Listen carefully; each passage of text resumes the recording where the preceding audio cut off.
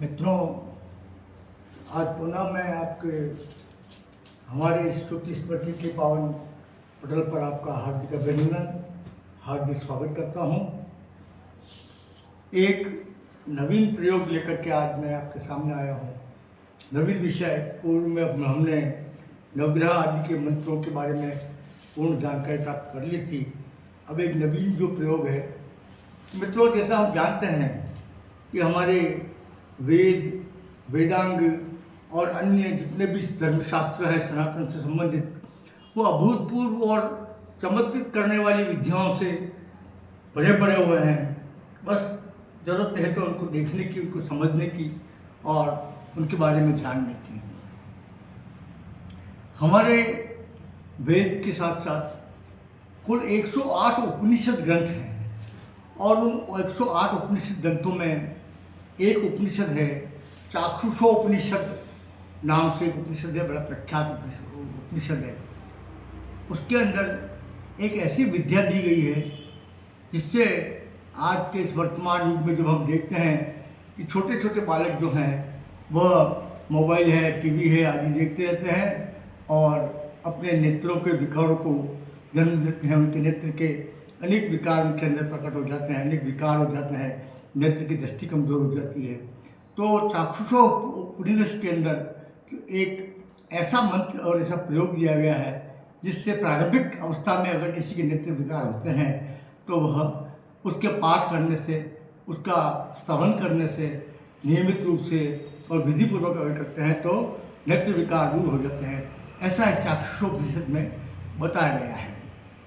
मित्रों, आगे मैं आपको इसके बारे में बताऊं, इससे पहले आपसे सविनय प्रार्थना करता हूं कि अगर आपको हमारा चैनल पसंद आता है, ये बातें अच्छी लगती हैं, ये वैदिक ज्ञान अच्छा लगता है, तो आप हमारे चैनल को लाइक करें, सब्सक्राइब करें और जन जन तक ये बातें पहुँचें। इसमें आप हमारा सहयोग दें तो मैं आपका बहुत बहुत आभारी रहूँगा।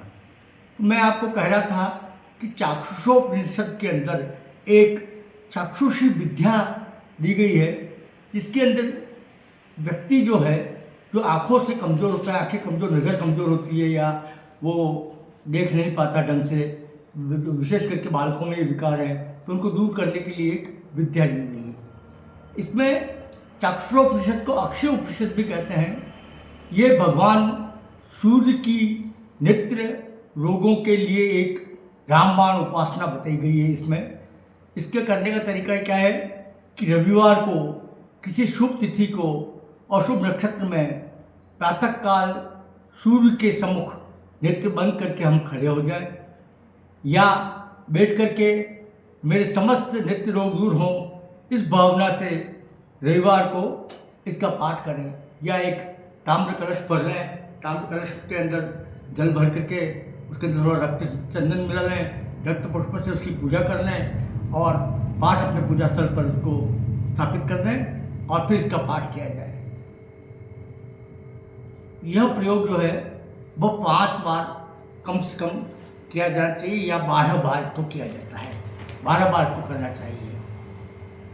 रविवार तक 12 बार इसका प्रयोग हो जाना चाहिए। यदि इसके अंदर रवि पुष्य का योग अगर मिल जाता है, रविवार के दिन पुष्य नक्षत्र हो जाता है, तो यह और भी ज़्यादा उत्तम होता है। और अगर हस्त नक्षत्र रविवार से भी यह पाठ प्रारंभ, हस्त नक्षत्र हो तो रविवार के दिन से भी इसको पाठ को प्रारंभ किया जा सकता है। इसके अंदर लाल कनेर के फूल, लाल चंदन मिले जल से ताम्र पात्र से सूर्य नारायण को अर्घ्य देने का भी विधान इसके अंदर दिया गया है। और अर्घ्य देकर के नमस्कार करके और फिर उसका पाठ का प्रारंभ करना चाहिए। यह सैकड़ों बार का अनुभूत प्रयोग है और रविवार के दिन सूर्य रहते बिना नमक का एक बार भोजन भी इसके अंदर करना चाहिए। अब ये चाक्षुषी विद्या क्या है ये मैं आपको बताता हूँ कि चाक्षुषी विद्या जो है इसके अंदर कुछ मंत्र दिए गए हैं। इन मंत्रों में भी जैसे पूर्व में हमने बताया, कोई भी कार्य करते हैं तो विनियोग और संकल्प हमको करना ही पड़ता है। पहले शारीरिक शुद्धि, आसन शुद्धि, उसके बाद में बाह्य शुद्धि अपवित्रोपवित्रता से, और उसके बाद में आचमनम, केशवाय नमः, माधवाय नमः, गोविंदाय नमः, और फिर प्राणायाम और फिर शिखा बंधन। उसके पश्चात हम संकल्प कर लेते हैं और संकल्प करने के पश्चात हम हमारा चक्षु रोग निवारण हो सूर्य भगवान से प्रार्थना करते हुए संकल्प करते हैं, जो पूर्व में मैं बता चुका हूँ। उसके पश्चात का विनियोग करते हैं, आसमान में जल लेते हैं और इसके अंदर हम बोलते हैं विनियोगः। ओम अच्छा चाक्षुषी विद्याया अविर्बुद्ध ऋषि गायत्री छंदः सूर्यो देवता चक्षु रोग निवृत्तये विनियोगः, ऐसा बोल करके जल को छोड़ देते हैं। ये जो मंत्र है ना, इसके जो ऋषि हैं वो अहिर्बुद्ध ऋषि हैं और गायत्री इसका छंद है, इसके अंदर सूर्य इसके देवता हैं। अब ये जो मंत्र जो है वो मैं आपको बोल करके धीरे धीरे बहुत आराम से सुनाता हूँ, आप भी सुनिए। और अगर नहीं कर सकते तो इसको सुनेंगे तो भी चक्षु रोग का, आँखों के कोई रोग हो तो इसका निवारण हो जाता है। क्या है ये मंत्र, सुनिएगा आप।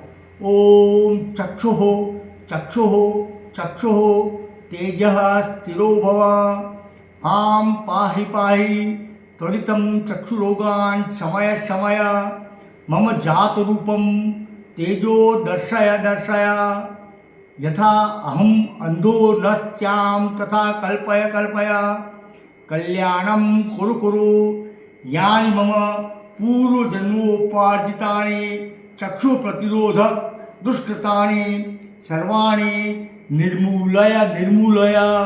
ओम नमः चक्षुस्तेजोदात्रे दिव्याय भास्कराय। ओम नमः करुणाकराय मृताय। ओम नमः सूर्याय। ओम नमो भगवते सूर्यायाक्षित तेज से नमः। खेचराय नमः। महते नमः। रजसे नमः। तमसे नमः। अस्तो मां सद्गमय तमसो मा ज्योतिर्गमय मृत्योर्मां अमृतं गमय। उष्णो भगवान् शुचिरूपः हंसो भगवान् शुचिर्प्रतिरूपः। य इमां चक्षुष्मति विद्यां ब्राह्मणो नित्यमधीते न तच्छाक्षी रोगो भवति न तस्य कुले अंधो भवति। अष्टौ ब्राह्मणान् सम्यक् गृहीत्वा विद्या सिद्धिर्भवति। ओम नमो भगवते आदित्याय। अहो वाहिनी स्वाहा। ये जो दिया गया है ये श्री कृष्ण यजुर्वेदीय चाक्षुष विद्या जो है ये है पूरी। इस चाक्षुष विद्या के श्रद्धा और विश्वासपूर्वक पाठ करने से नेत्र के समस्त रोग दूर हो जाते हैं, आँख की ज्योति स्थिर रहती है और इसका पाठ नित्य करने वाले के कुल में कोई अंधा नहीं होता है। पाठ के अंत में गंधादि युक्त जल से सूर्य को अर्घ्य दे करके और जो जल बचता है उसको हमारी आंखों के ऊपर धारण करना है, आंखों पर लगाना पड़ता है। और इस प्रकार से प्रतिदिन 5 या 11 पाठ अगर किए जाए रविवार से तो निश्चित रूप से यह नेत्र रोग को आराम प्रदान करता है, नेत्र रोग के अंदर दृष्टि बाधा को दूर करता है। तो मित्रों, इसके पश्चात करने के पश्चात पुनः यह अनेन कृतेन चाक्षुषी विद्यायाम श्री सावित्र सूर्यनारायण देवता पर मस्तूम करके जल को छोड़ देना है। उसके बाद में सूर्य भगवान का ध्यान करना है। ओम वा कृष्णेन रजसा वर्तमानो निवेशयन्न मृत्युमर्तञ्च हिरण्येन सविता रथेना देवो याति भोरानि पश्यन्न।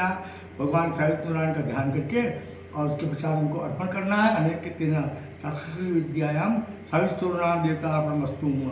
उसके बाद में यस्यास्मिता नामोक्त्या तपोक्रियासु न्यूनम संप्रताम यादि सद्यो वंदितमच्युतम। ओम विष्णुवे नमः। ओम विष्णुवे नमः। ओम विष्णुवे नमः। विष्णु भगवान का ध्यान कर लेना है।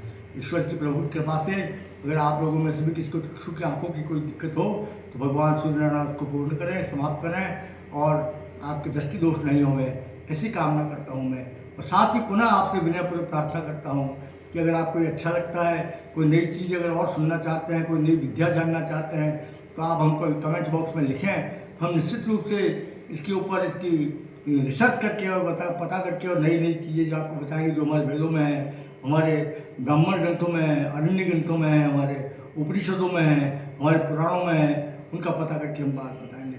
आप सभी का कल्याण हो। आप सभी को नमन। पुनः पुनः जय श्री कृष्ण।